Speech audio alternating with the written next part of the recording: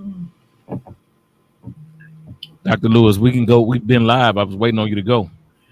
Oh, usually you have like music or something going on if nothing happened. Okay, I'm sorry. Okay, let me log out I right. was waiting on the Let me log out right quick. Let me log out right. oh, okay then.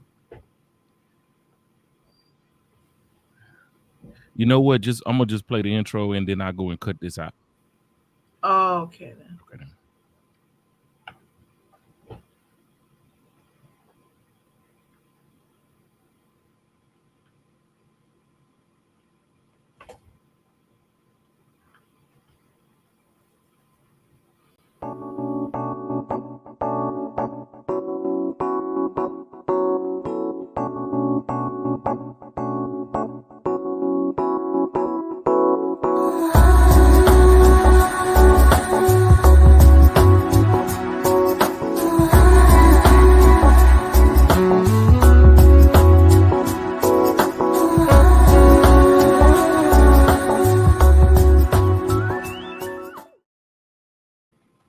Hello.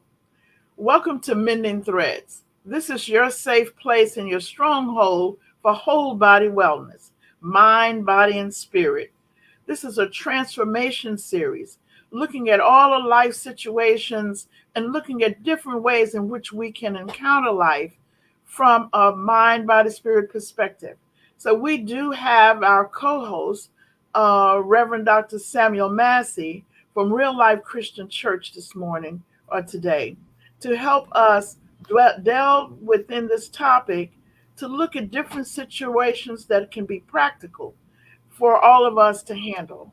And we've received a lot of comments and over time and more recently, we're receiving questions about how is it that it's so difficult in terms of handling the stress situation if in fact we do believe.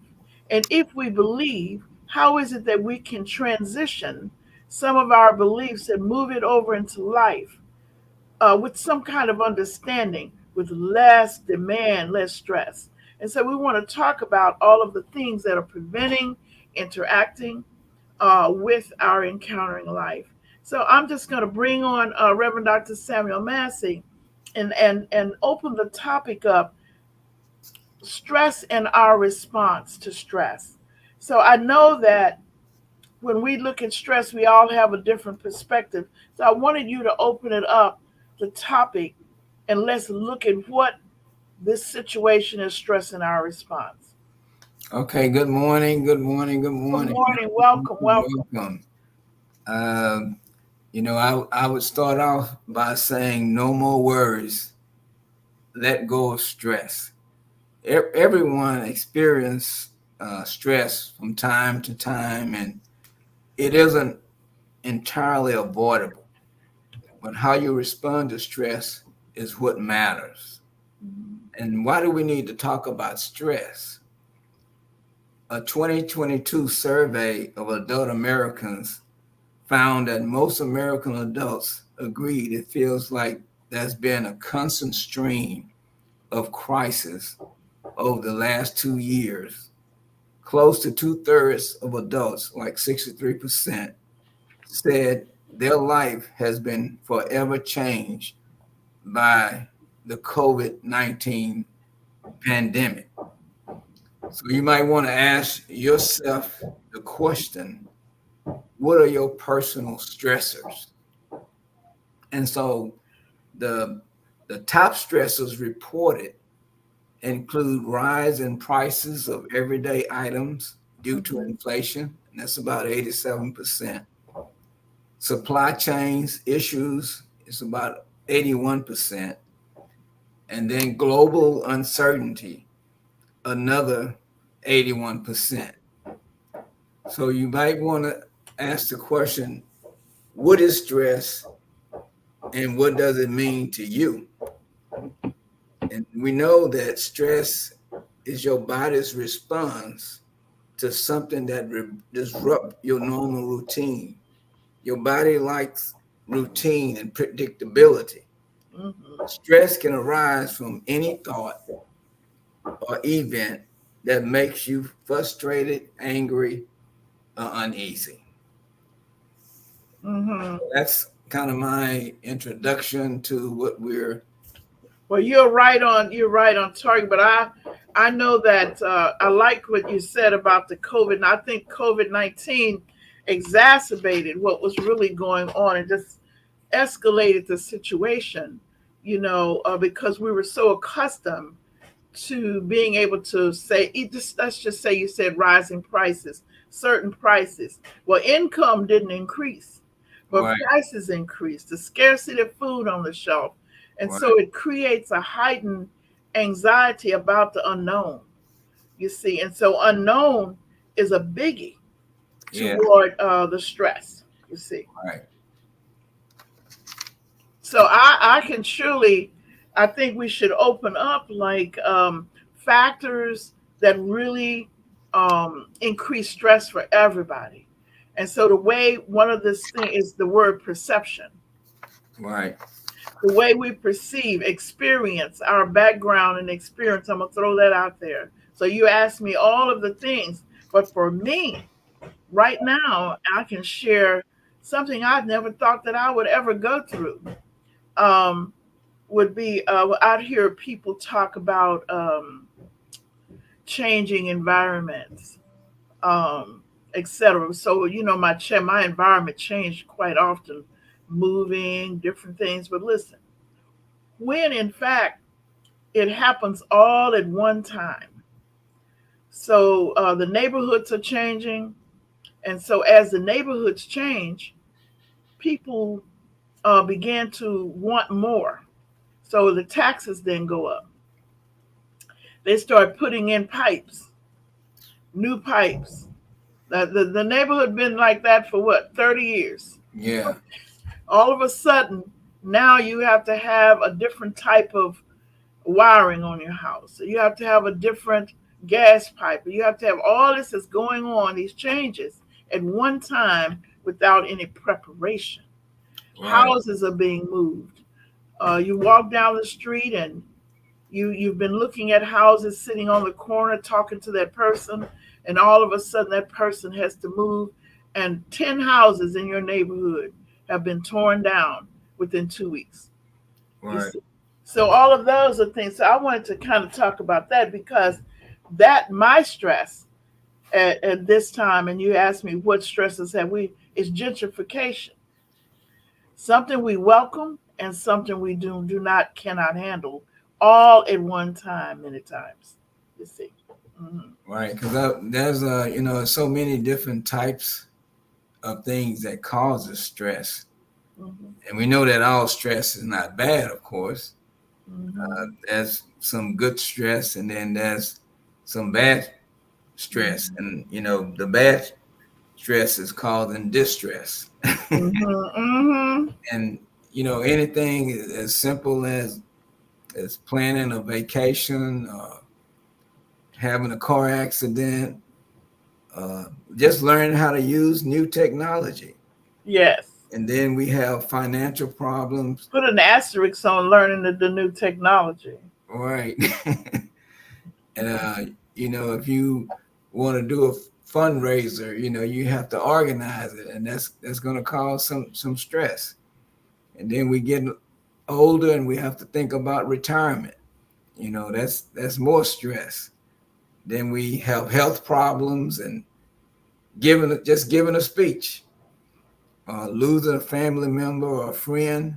We have all kind of just stresses out there, Yes. and as a result of this happening to us, our body functions, things begin to happen to our body functions. Uh, no matter what it is, your breathing, your heart rate, your blood sugar increases. Uh, just things begin to happen to you. And so when we talk about stress, uh, the event, the person, or the thing which causes the stress is a stressor. you know? Hmm. Hmm. Hmm. And so we know that a stressor is anything that causes you to feel uncomfortable. Uh, and it could be positive or it could be negative. Mhm. It could be a person or it could be a thing, and all of it has to do with stress. So I think people should ask sometimes, you know, what, like you're talking about stressors, what's a stressor today may not be a stressor for us tomorrow, like in a few weeks. Right, That's one thing. People have no idea that. And then the other thing is that it's different for different people. It can be different for an individual over time, but it's also different for different people. And I was going to throw that out there, like, let's look at some of the things that can change or to be different for different people. right, For example, I was going to ask you, we know that development, where we grow up, development, all have something to do with how we experience stress. right. So I thought maybe we could look at a few factors that actually help us, or factors that really impact how we handle stress. Like, I know when I go to the store, or I look around, I look at some people when they're driving Right. and someone pulls in front of them. Some people go like, "Oh wow, okay, let me stop and let me see if I can put my blinkers on for them because they must not have seen me or something like that." And then another person for the same situation would start yelling and having certain things. Of course, it has a little bit to do with possibly what they have experienced prior.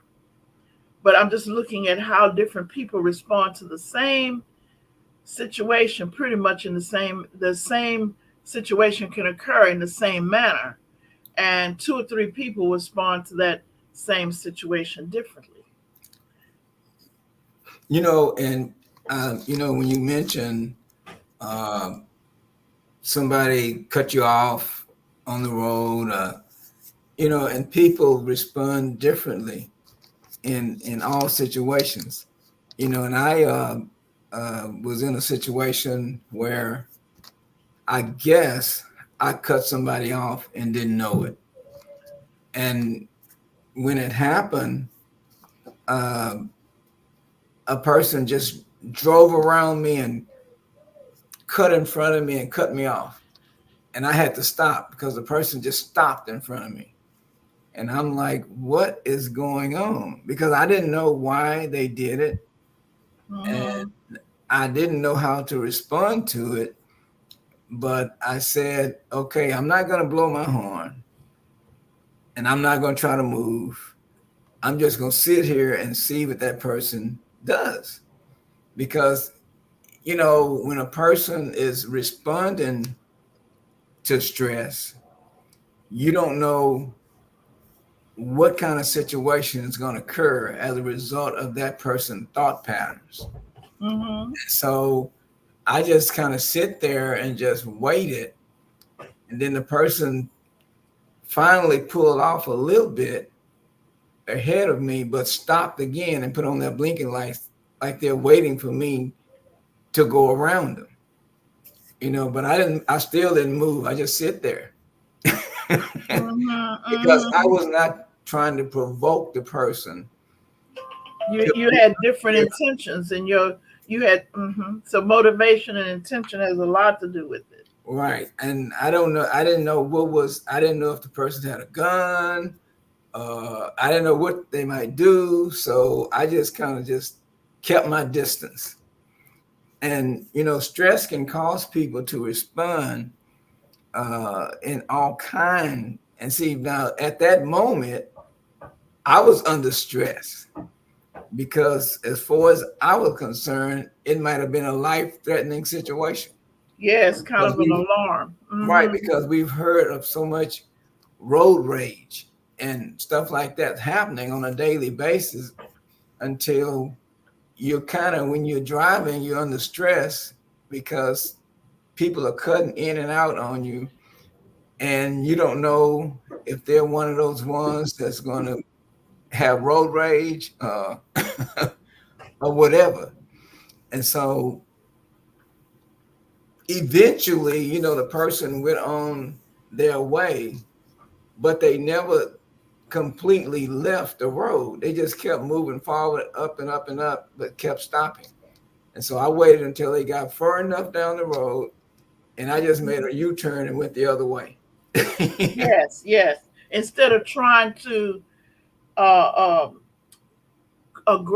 be aggressive with the situation.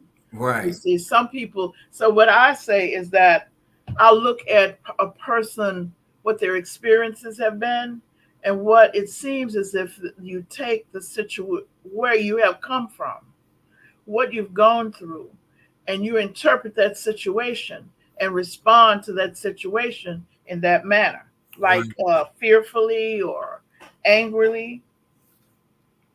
Because what happens to me a lot of times, the word of God comes up in my mind, and that initiates my response. Mm-hmm. It's just like in Proverbs, it says a soft answer turns away anger, but grievous words stirs it up. Mm-hmm. See, your response could be soft, or your response could be in Mm-hmm. anger. Mm-hmm. And so, in order to not allow something to be stirred up, you respond in a way to kind of de-escalate what you think might happen. Yes, yes. Sometimes the pain is so great that it alters how you then see the situation. You see, Right. it colors where you are. Well, I see we have a special person on with us this morning. Um, so Pastor Wilson was able to make it with us. Good morning. Welcome this morning. Good morning. Good morning. Okay, then. So I'm glad you were able to push through that system and get in. Hmm. Me too. Excellent. Me Okay, then. too. So I wonder if you could share a little bit about us to bring it on so that people could feel welcome with you. Okay. So, well, I know that you have children, and I read a little bit about you, and I know you've done a lot of things in the community. You've experienced things, so you can be real with the topic, and that. And so, but I just wanted you to add a little bit too, what you would Okay. like to say Well, to the. I raised a lot of nieces and nephews and a lot of other people's children, and so getting older, that kind of uh, took my childhood. So I really didn't get a chance to enjoy my childhood as bright as I should have. But the good thing is, I had a chance to learn how to raise kids at a young age, and so. Yes, That alone, of course, is a stressful situation. I learned earlier what parents had to go through to keep food on the table and clothes on the kids' back. Uh, you know, in this particular situation, I was the parent. I was there cooking the food, folding the clothes, cleaning the house, and so I didn't have time for recreation or games. And so at a young age, that brought about a lot of stress. And so I just came into this term called toxic empathy. Sometimes you can empathize with people so much that it becomes toxic to you. yes, And I didn't understand what that meant, back then. But now, as I'm older, I understand now that sometimes you can care so much for people to the point that it affects you. And so if right. It someone's can hearing even it, violate your boundaries. Yes, it's so much so. Yes, it can violate yeah, how you relate to other people and your boundaries. You're so right on target. Yes. yeah. Hmm. Because I had someone walk up to me and they told me, they said, Sam, you're not that very friendly. You don't come off as a friendly person. And I said, well, I never intend to be standoffish or isolated. But growing up as a kid, I really didn't have that many friends because I was always engaged with cleaning and cooking and things of the household. Hmm. So that was even then. So I guess what Pastor Mass and I were talking about, how a person's development, see how that could interfere with your socialization. So socialization and interaction at that time could have brought on a lot. That would be a stress. Yes, exactly. Uh-huh. And your response to it would be to take it slow, not know, and looking at different ways to engage. Yes. Oh, that's so good. Thank you. You just jumped right on in there, didn't you? Yeah, I wanted to ask you, Brother Sam, do you consider that to be chronic stress that you were dealing with? As a child, or did I consider it as what again? Chronic, CHRONIC, chronic stress. You know, Well, no one in the beginning, yeah, no one in the beginning considers it as chronic stress because you think you're just doing something to help the flow of life and play your part in life. But as you get older, you notice that it takes a toll on how you communicate and socialize in the real world because you Mhm, necessarily didn't have that social life as a kid. And so mhm, a lot of my friends were people who were elders, and mhm, and so I had more wisdom, uh, but not too many fun traits, not too many fun characters. And so when kids would come around me, they would feel like they were around their parents. mhm, mhm. Yes, I know what you mean. So you were paying attention to different things where Exactly. you were Hmm. commenting, paying attention, and speaking differently. So they call Yeah, that exactly. mhm. like there's also what they call empath anxiety. It's where Wow. you, yes, when you see someone going through that situation, or you can walk into that environment, if another person has a high empathy rate, they can actually soak. I used to have some patients that way, and they could walk into the environment and they knew that other person, what they were going through, and they would then begin to experience it so greatly that it would impair how they would respond. Hmm. You see, Wow. so stress is interesting. You see, and Yeah, as it is. Pastor, It is. it is. It's interesting. and So so how did you, You know, can you share, I know we're delayed a little bit. Can you share how you thought about it? Like after you discovered that that's what it was, how did you think about the situation? well, as a kid, my mom and my parents, should I say, they were always active in trying to get me involved with uh, speaking to somebody and being talkative and commutative. And so, which was a hard thing for me because I didn't like speaking in front of people. I was just like Pastor Massie. I didn't want to be in the forefront in the spotlight. And so I was happy, behind the scenes, away from everybody. And so I noticed the more I talked about it and the more I made it prevalent and uh, the more I brought it to the forefront, I got more peace, and more relief. And I believe that a lot of people are like that. If they learn to just open up their mouth, you know, the mouth is the tongue is a powerful tool. If you just open up your mouth and make it, how would I say, make it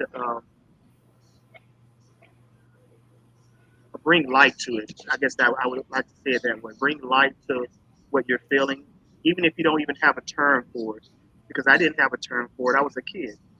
And so a lot of us don't have terms. We don't know the terminology of what we're going through. But if you open up your mouth, somebody next to you might have a term, you know. And listening to you today, it just really refreshed my mind that it's a lot that I just don't know about stress. Yes. Mm, hmm But experiencing it to see. And so what I exactly. found is that as I was sharing, we were looking at different kinds of stressors for people. So there was one where when I traveled from Third Ward, Texas, to the East Coast. And when I arrived, I realized how different I was. So, in other words, I pronounced words differently.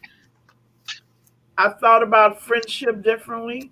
I had different rules about, in my head about how people should treat each other. And then when I realized that I was different, then I was really blessed that somebody came and supported me being different. You understand? After I experienced it, somebody said, "Oh, I know what's going on with you. You have cultural Wow. shock. You you have culture shock." She is one of my mentors to this day. And so Wow. and she and helped me. So this is something else.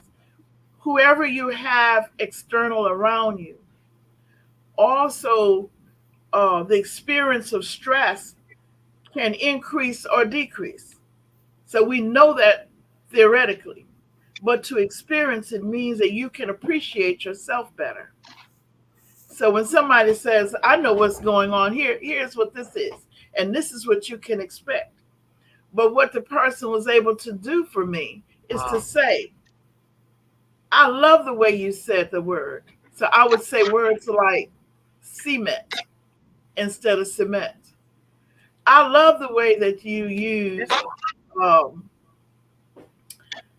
it was colloquial, like it would be as fast as a pig's tail curling or something like that.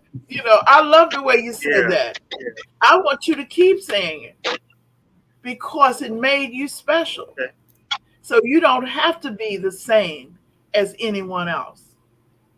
You see, and so therefore, so the person that you have around you can reinforce things that could be stressful as a quality for your growth, Hmm. for your development. Hmm. And I'm listening to you now because I remember being a kid and my vocabulary and the way I expressed myself was way different from my siblings, and they thought I was weird. I mean, they thought everything about me was weird, and so luckily I had a mother who was very attentive, because she put me in private schools and different institutions where I could learn differently. Um, but I'm listening to you and I'm just sitting here laughing inside because this is me all over again. It's like a story of me all over again. And sometimes we want so bad to fit into our socio-economic environment, or our social upbringing, and we don't want to step out to offend people. But I can't offend somebody with who I am, and this is the way the Creator created me. So the best thing I could do is live out the highest expression of myself in the earth, the way the Creator created me. And so, Hmm. I mean, I'm ecstatic today listening to you because now this is bringing light to some of the things that I allowed in my circle, and that is that toxic empathy. You're empathizing with the people you love, the cultural appropriation, and you don't know how to be yourself in that environment, and you're too scared to step out of that environment because you don't want to hurt anybody's feelings. Hmm. Hmm. And you haven't really. So part of what stress does is it helps us to also make decisions. We Okay. have no idea. So, for example, when you're in stress, chemically your body's changing. And I think Pastor Wow. Massey mentioned something like that. He mentioned that the body is changing and how we respond to the stressors.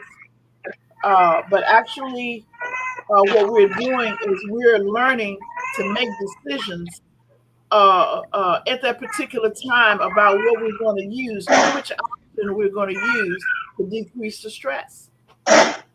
Yeah, and just to add to that, you know, um, when we dealing with stress, things begin to happen to us physically and mentally, and we don't even know that we're walking around not being normal because of the stress. We have muscle tension, we have uh, heart issues, we have Talk about it. immune problems, we have digestive problems, we have anxiety and depression, and all Mhm. that comes from the stress. And when you're trying to deal with the stress, you have to first have a starting point to find out. Just like you said, when you were a kid, you had to do all these things that an adult had to do. You had to wash, iron, cook, clean, the thing that maybe your parents should have been doing, you were doing. And it put a lot of pressure on you and caused a lot of mental and physical problems. And you didn't know probably that it was a result of all the stress that you were under based on the things that you were doing. And then Mhm. today, now you're identifying, okay, now I see why I felt this way. And now I see why I had, I, all this stomach burning and headaches and all the kind of things that it causes because Mhm. you're just under stress. And Wow. you're trying to figure out how to get rid of it, so you think you can take a pill. Or you can go to Mhm. the doctor, they can diagnose it and tell you what it is. And not realizing it's just stress, and stress that you really shouldn't have, Just but it stress. was forced on you. Mm, yeah. Exactly. Exactly. Woo. What a burden to carry.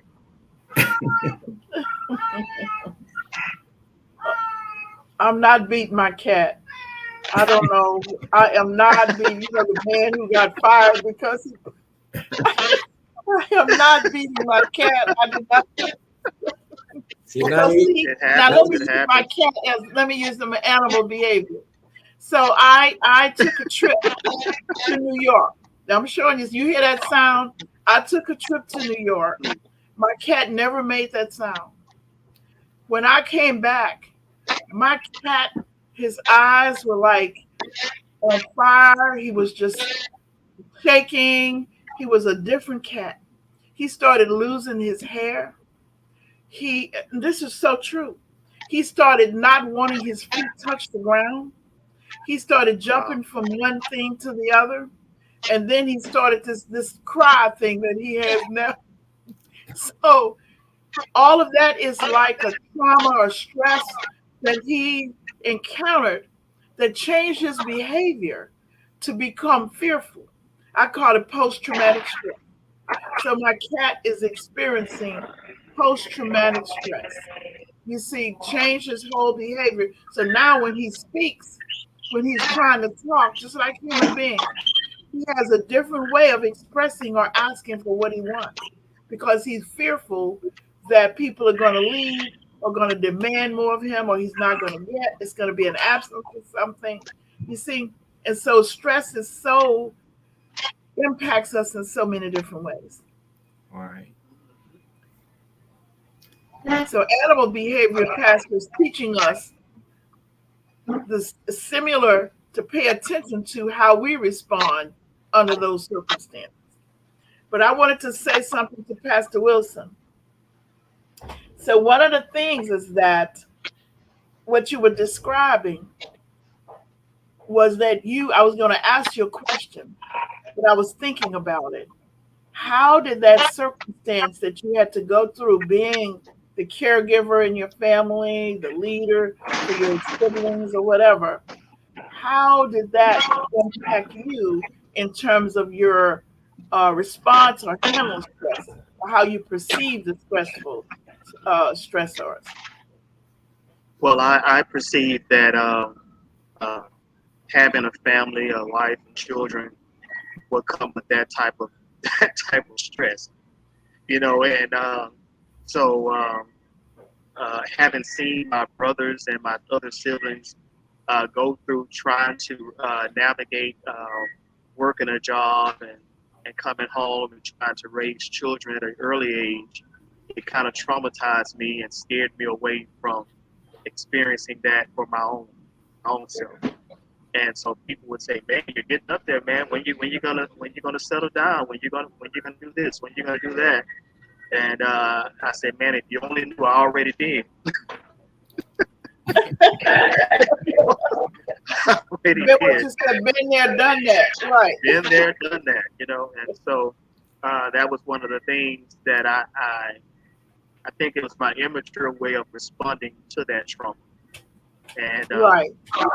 when a lot of people are like that, you're young, you really don't even get the full grasp of family and what it takes to love somebody unconditionally as your child until you get older and you're able to see some things.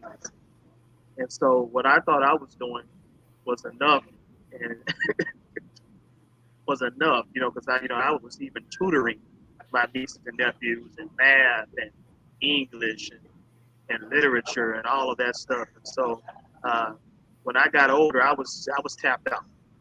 You know, I was depleted, out of energy. So Mm, I didn't want to revisit that anymore. right. Yeah. So as the older, I can identify with you as the older child in my family.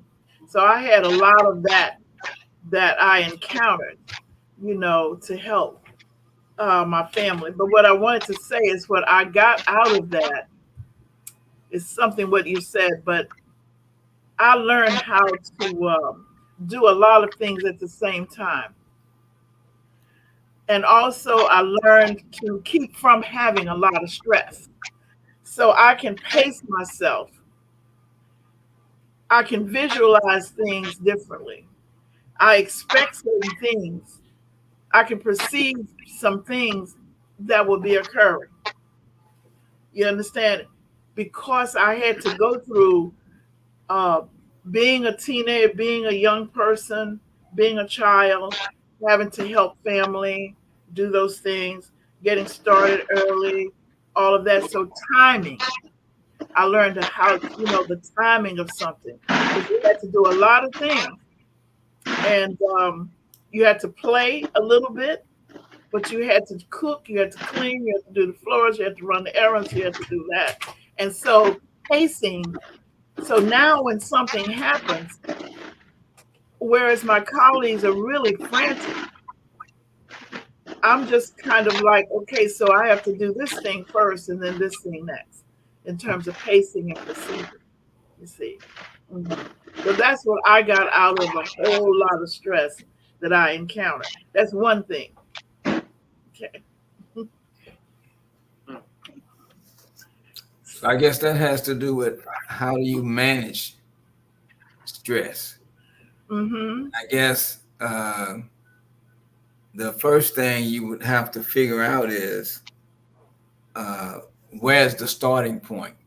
You have to identify the starting point of the stress, and in that way you'll learn how to manage it. But if you don't know what's starting it, you would just be kind of out there trying to figure out Yes. what to do.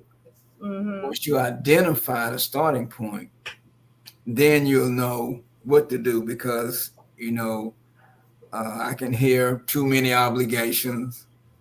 I can hear family trauma, Mm-hmm. uh, finances, health problems, be almost anything.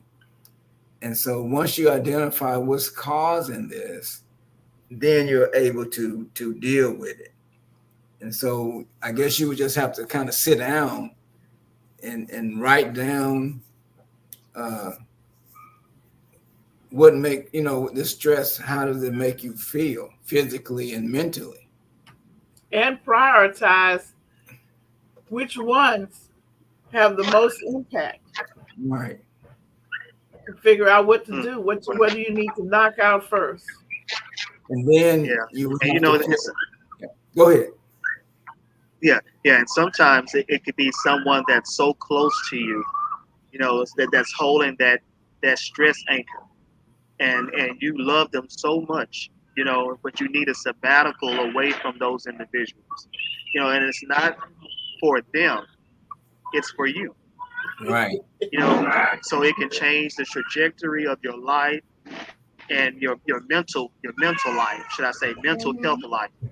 And Mm-hmm. sometimes it's a hard thing to do, Uh, but what I'm reminded of how God told Abraham, to step away, step away from Lot, step away, and I remember Abraham, being disobedient, you know, and later on, if people would go later on in the chapter and read, Abraham got into confrontation with the individual that the Creator told him to step away from.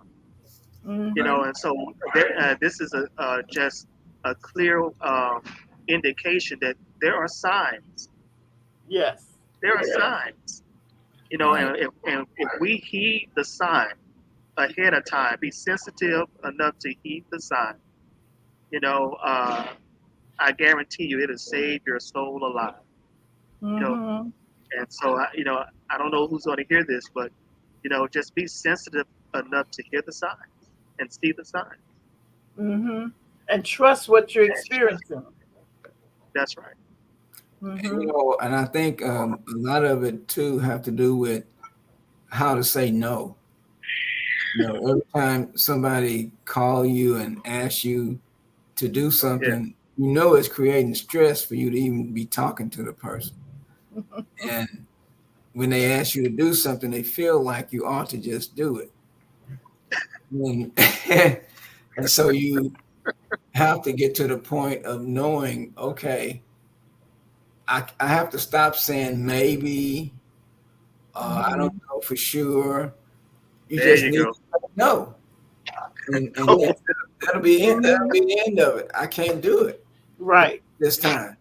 And once we start practicing that, then it'll be easier for you to eliminate some stressors Mm-hmm. that these people are causing.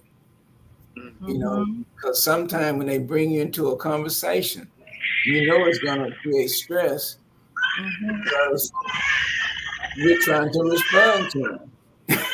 So you're right on. Pastor Massey, you're right on. So one of the things that they're saying is that when I say they, I mean theorists and researchers that are looking at stress and how it presents illnesses to our bodies.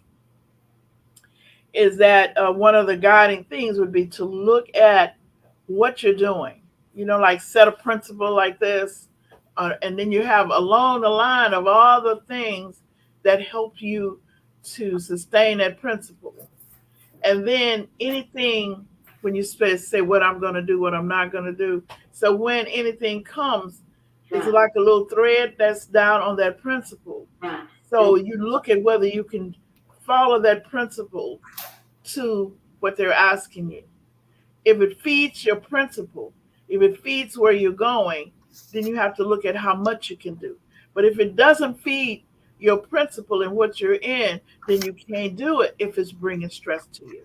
See, and so that's what they're saying about follow the guiding principle, and you want to have the word in here and how it actionize, how you put action to that where you think you're going and where it's telling you to go. You see. So yeah, you're right on. I'm just saying I did it that way so our audience could see how it relates to them. Hopefully, just another wow. way. Wow. You just said a mouthful. You just said a mouthful right there.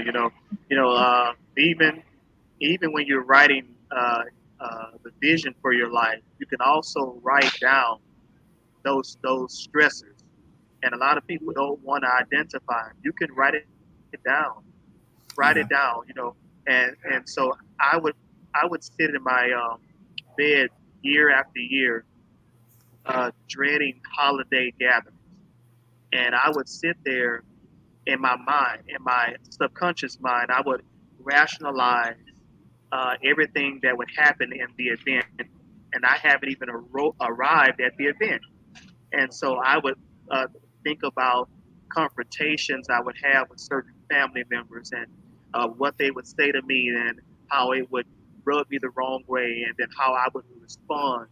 And this would be a tactic of stress that would go on in my mind, having not arrived at the event yet. And so uh, I began to start writing down and being direct, like Pastor Massie is saying, being direct. At the moment I am offended, At the moment I am hurt, at the moment I am going through a stressful situation, I acknowledge it and I address it. Hey, I don't like Right. how this feels. I don't like how this feels. I don't like where this is going. I don't like how you're talking to me. I had to learn to be direct, because as a kid, I didn't have voice. If my mom Hmm. told me you're babysitting, you're babysitting. If she said you're cooking, you're cooking. If she said you're cleaning, you're cleaning. So all my life, I was riding second chariot. And so I had to learn some holy boldness so, to speak up and say no. Yes. Yeah, say no. And find ways to say that in a very loving manner. There you go. To set the boundaries, but in a loving manner, not in an angry manner. Right. Where you felt like it is something that is okay to say. See, Mm, once it's approved by you as an individual, you see, then you can follow through and learn to say it and not in a passive aggressive or angry or blah, blah, blah, that kind of thing. there Yes, you go. very, There you go. very So good, it's, very so it's basically uh, reframe your thoughts. You good. know, if you can't Hmm. avoid change the stress, you can try to change your response, Yes, and you Hallelujah. can do this by shifting your thoughts. mm-hmm. And your words. Letting your words follow the change in your thinking. So I had There this you go. lady that she was very angry with her mother-in-law because she felt like her mother-in-law violated her boundaries, and she had just had a small child, and she did not like the way her mother-in-law responded to things, so she didn't want her child around. But Wow. then when it was posed to her, how is that a stressor for you? Have you explained it to the mother-in-law? And question, are you recreating the situation with your response to the mother-in-law for your child? Because your response sometimes can create more stress to your child and to you because you have not been clear about what you want in that situation. So you're passive aggressive or you're backing up, resisting something actually recreates a problem. You see, as a response, that's your response. Mhm. Yeah, so it's So, good. Yeah, go ahead. you go ahead. No, I no, want to go see if ahead. you're going to say the same thing. No, Yeah. I'm So, not. Go ahead. yeah. So that term passive aggressive, you know, that's another, uh, how would I say, stress. Uh, it aids and abates stress, should I say? Because Mhm. we don't know how to speak up. We don't know how to take a stand when we're hurt or when we're uh, Mhm. overwhelmed with trials and situations of this life. We need to learn how to take on some boldness. And recognize the experiences that we're feeling in this body. You know when you're stressed. You know when you're going overboard. You know when you're overextending yourself, and your body is speaking to you on a daily basis. You need to learn to stop being passive aggressive. Open up your mouth and say it. No, no. Or at this moment, I can't do it right now. I'm not in a position to do it right now, but I would love to do it someday. But at this very moment, I can't do it. You know. So, Um, Pastor Massey, now, I as, know as that they're letting us. Listen, you're so right, Pastor Wilson, but I know that they're letting us know that our time is just about up. But listen, this we need to continue this discussion in a different way. We need to take the same topic and really look at not only how the word tells us, but how to listen to our bodies. How to take stress and and look at how we respond to either exacerbate the stress or decrease the stress. If we could do that the next time, Pastor Massey, I'd appreciate it. And maybe Pastor Wilson and can come on again and kind of help us talk about it with that. I love the way that you speak about it and you're sharing. So I thank you so much for sharing your experience today. And Pastor Massey for Real Life Christian Church, do you have a last topic to say, both of you? Anything you want to say that to leave the audience with something? Well, I guess I would say learn how to balance the hassles and the uplifts, which means, things that make you happy.